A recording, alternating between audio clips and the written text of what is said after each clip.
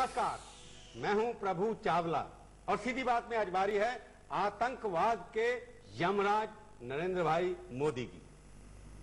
अब यमराज हैं या इंसान है? मीडिया वाले पता नहीं किसको क्या बना देते हैं भैया। नहीं यार, मैं एक सीधा साधा गुजराती भाई, दाल भात खाने वाला, जनता की सेवा करने वाला एक सामान्य इंसान हूं। क्योंकि आपके ऊपर सबसे ज्यादा आक्रमण हो रखा ना, आपको चैलेंज किया उन्होंने। आपने कहा था मेरे प्रदेश में कुछ करके दिखा दे, तो उन्होंने करके दिखा दिया। ये शब्द सही नहीं है आपके, और कोई ऐसे मेरे शब्द निकाल दे तो मैं स्वीकार करूंगा। आपने क्या कहा? कुछ तो चैलेंज किया था आपने। मैं हमेशा कहता हूं कि आतंकवाद को ईंट का जवाब पत्थर से मिलना चाहिए। इस देश में आतंकवाद की पगचम्पी बंद होनी चाहिए। आतंकवाद के प्रति जीरो टॉलरेंस होना चाहिए।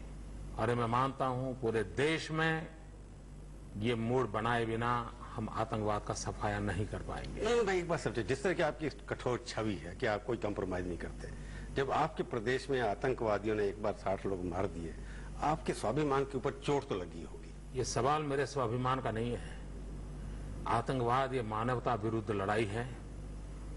पूरे विश्व की मानवतावादी शक्तियों ने इकट्ठा होना चाहिए और जो जहां से लड़ाई लड़ सकता है मानवता के लिए लड़नी चाहिए। अगर गुजरात के नसीब में वो लड़ाई आएगी तो गुजरात वो लड़ाई लड़ता है, और गुजरात ने इस लड़ाई को लड़ करके दिखा भी दिया है। पहली बार गत 5 वर्ष में एक के बाद एक हिंदुस्तान के सभी महत्वपूर्ण राज्यों में आतंकवादी घटनाएं घटी। गुजरात अकेला राज्य है जिसने सारा खाका खोल दिया, सारे पन्ने उगाड़ के रख दिए और देश के सामने आतंकवादियों का सही चेहरा प्रस्तुत कर दिया। एक बार ये भी लगता है जो लोग पकड़े जाते हैं अंत में वो छूट जाते हैं, कोई उनके खिलाफ चार्जशीट नहीं फाइल हो पाता। कानूनी व्यवस्था होनी चाहिए। गुजरात सरकार ने कानून की व्यवस्था की है। भारत सरकार के पास गुजरात ने ऑर्गेनाइज क्राइम के लिए एक विधेयक पास करके 2-2 बार गुजरात असेंबली ने विधेयक पारित किया, दिल्ली सरकार को भेजा, अभी तक उसका जवाब नहीं। भारत सरकार न उसको मंजूर करती है न उसको रिजेक्ट करती है। वो फाइल दबा करके बैठ गए हैं। और देश का दुर्भाग्य देखिए कि ऐसा ही कानून महाराष्ट्र में है। गुजरात से 50 किलोमीटर की दूरी पर अगर महाराष्ट्र में कोई बम धमाका करेगा तो उसके लिए पुलिस के पास बढ़िया कानून है, प्रयोग तो नहीं कर रहे हो। लेकिन गुजरात के अंदर होगा तो गुजरात के पास कानून नहीं है। कोई देश ऐसा नहीं हो सकता कि एक राज्य के पास कानून हो लेकिन दूसरे राज्य को कानून न करने दिया जाए। ये वोट बैंक की राजनीति सबसे बड़ी समस्या है। नहीं, आप वोट बैंक की राजनीति क्या नाम से, उसके ऊपर बाद में आऊंगा, पर ये सवाल है कि कानून की बात आप बार बार कर रहे हैं। अभी आपने थोड़ी देर पहले कहा कि गुजरात राज्य की सरकार ने, पुलिस ने दिखा दिया कि जो कुछ 5 राज्यों में हुआ उसके पीछे जो लोग थे उनको आपने भंडाफोड़ किया उनका। उसने किसी कानून की जरूरत तो पड़ी नहीं आपको। आखिरकार कानून की जरूरत क्यों पड़ती है? बार बार इस कानून की बात कर रहे हैं। पहली बात है कानून चाहिए सजा दिलाने के लिए, कानून चाहिए स्पेशल कोर्ट को बनाने के लिए, कानून चाहिए अधिक इन्वेस्टिगेशन के लिए, इंट्रोगेशन के लिए। आप कभी भी 19वीं शताब्दी के कानून लेकर के 21वीं शताब्दी के हाईटेक टेररिस्टों को साथ लड़ाई नहीं लड़ सकते हैं। और इसलिए पुलिस के हाथ में एक जमाना था पुलिस के पास ऑर्डिनरी 303 राइफल थी। आज आपने पुलिस को AK-47 राइफल तो दे दी, लेकिन आप पुलिस के हाथ में कलम में ताकत नहीं देते हैं। एक सेंटेंस में बताइए ऐसी कौन सी कमी है जो आज के जो कानून है उसके अंतर्गत आप आतंकवाद का सामना नहीं कर सकते? आप मुझे बताइए कि आतंकवादी एक बम छोड़ के गया, आप उसको कहेंगे कि भाई आई विटनेस चाहिए। आई विटनेस कहां से लाओगे? आप इंट्रोगेशन करते हो, उसमें जो बताता है उसको सबूत मानना चाहिए। आप टेलीफोन टैप करते हो, टेलीफोन टॉक को सबूत मानना चाहिए, एविडेंस मानना चाहिए।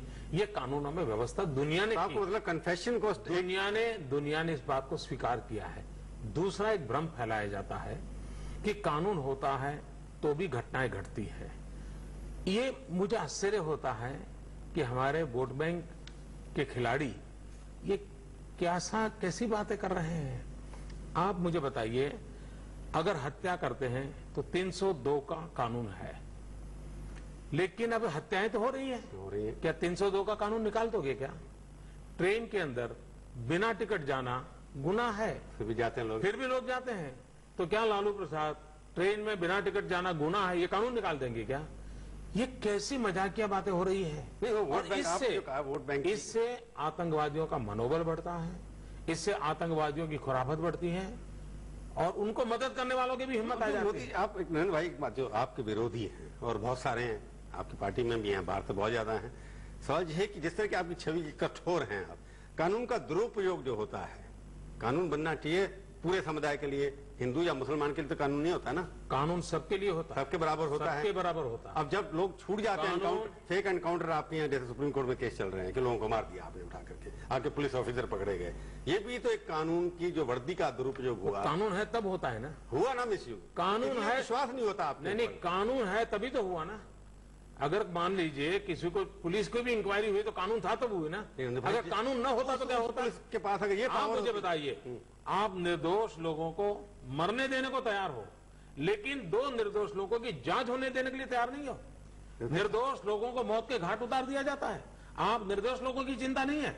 और इस देश का दुर्भाग्य है कि वो लोग कानून का विरोध करते हैं जिनको आतंकवादियों की चिंता है, जिन लोगों को आतंक की चिंता है, टेरर की चिंता है, टेररिज्म की चिंता है, वो कठोर से कठोर कानून के पक्षकार होते हैं। नहीं भाई, ये आपने बात ठीक की, अगर आतंकवादी के लिए एक लॉ है, उसको प्रिवेंट करना है, उसको सजा देनी है, जो दंगे करते हैं, जो मारते हैं लोग, उनको भी सजा उसी कानून के अंदर कोई ना कोई होनी चाहिए। होनी चाहिए ना, कानून सबके लिए होना चाहिए, ये कानून किसी ने हाथ में नहीं लेना चाहिए। तो आपको एक बात जो जिस तरह आप कहना चाहिए कि कानून सबके लिए बराबर है, ये इस तरह की जो भावनाएं हैं, दुर्भावनाएं हैं, उसको दूर करने के लिए भी कोई उपाय आप लोगों को सोचने चाहिए ना।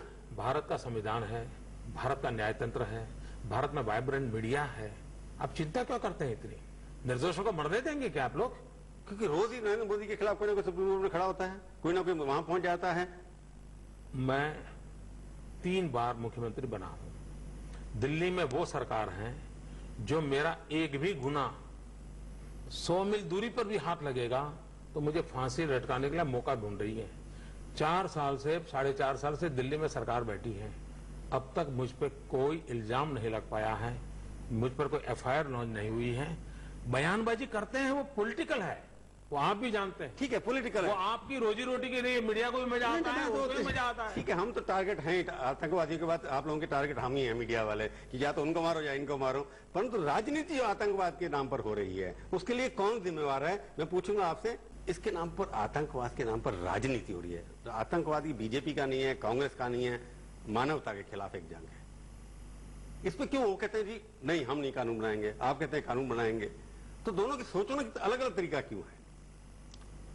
पहली बात है, दुनिया के सभी डेमोक्रेटिक कंट्रीज ने आतंकवाद के खिलाफ कठोर से कठोर कानून बनाए हैं। अगर हिंदुस्तान में कोई नहीं बनाता है तो सवाल उसको पूछना चाहिए। जो ह्यूमन राइट के सबसे बड़े ठेकेदार हैं, उन्होंने भी कठोर से कठोर कानून बनाए हैं। अगर कानून का मिसयूज होता है तो हमारे देश में एक व्यवस्था है, लेकिन कानून न होने के कारण निर्दोषों को मौत के घाट उतार दिया जाता है, उसके लिए कौन जवाब दे? और इसलिए देश में, और मैं कम से कम पिछले दिल्ली बम के बाद, धमाके के बाद, हिंदुस्तान का मीडिया एक स्वर से कानून के पक्ष में जो कैंपेन कर रहा है, मैं सभी मीडिया के मित्रों को इस विषय में बधाई भी देना पसंद करूंगा आज, क्योंकि मैं लगातार देख रहा हूं पिछले 4 दिन से मीडिया के सभी चैनल, इलेक्ट्रॉनिक मीडिया हो या प्रिंट मीडिया हो, देश में कठोर कानून होना चाहिए, इस आवश्यकता पे बल दे रहा है। और हो सकता है दिल्ली की सरकार वोट बैंक की राजनीति से बाहर निकल करके गरीब निर्दोष नागरिकों की रक्षा को प्राथमिकता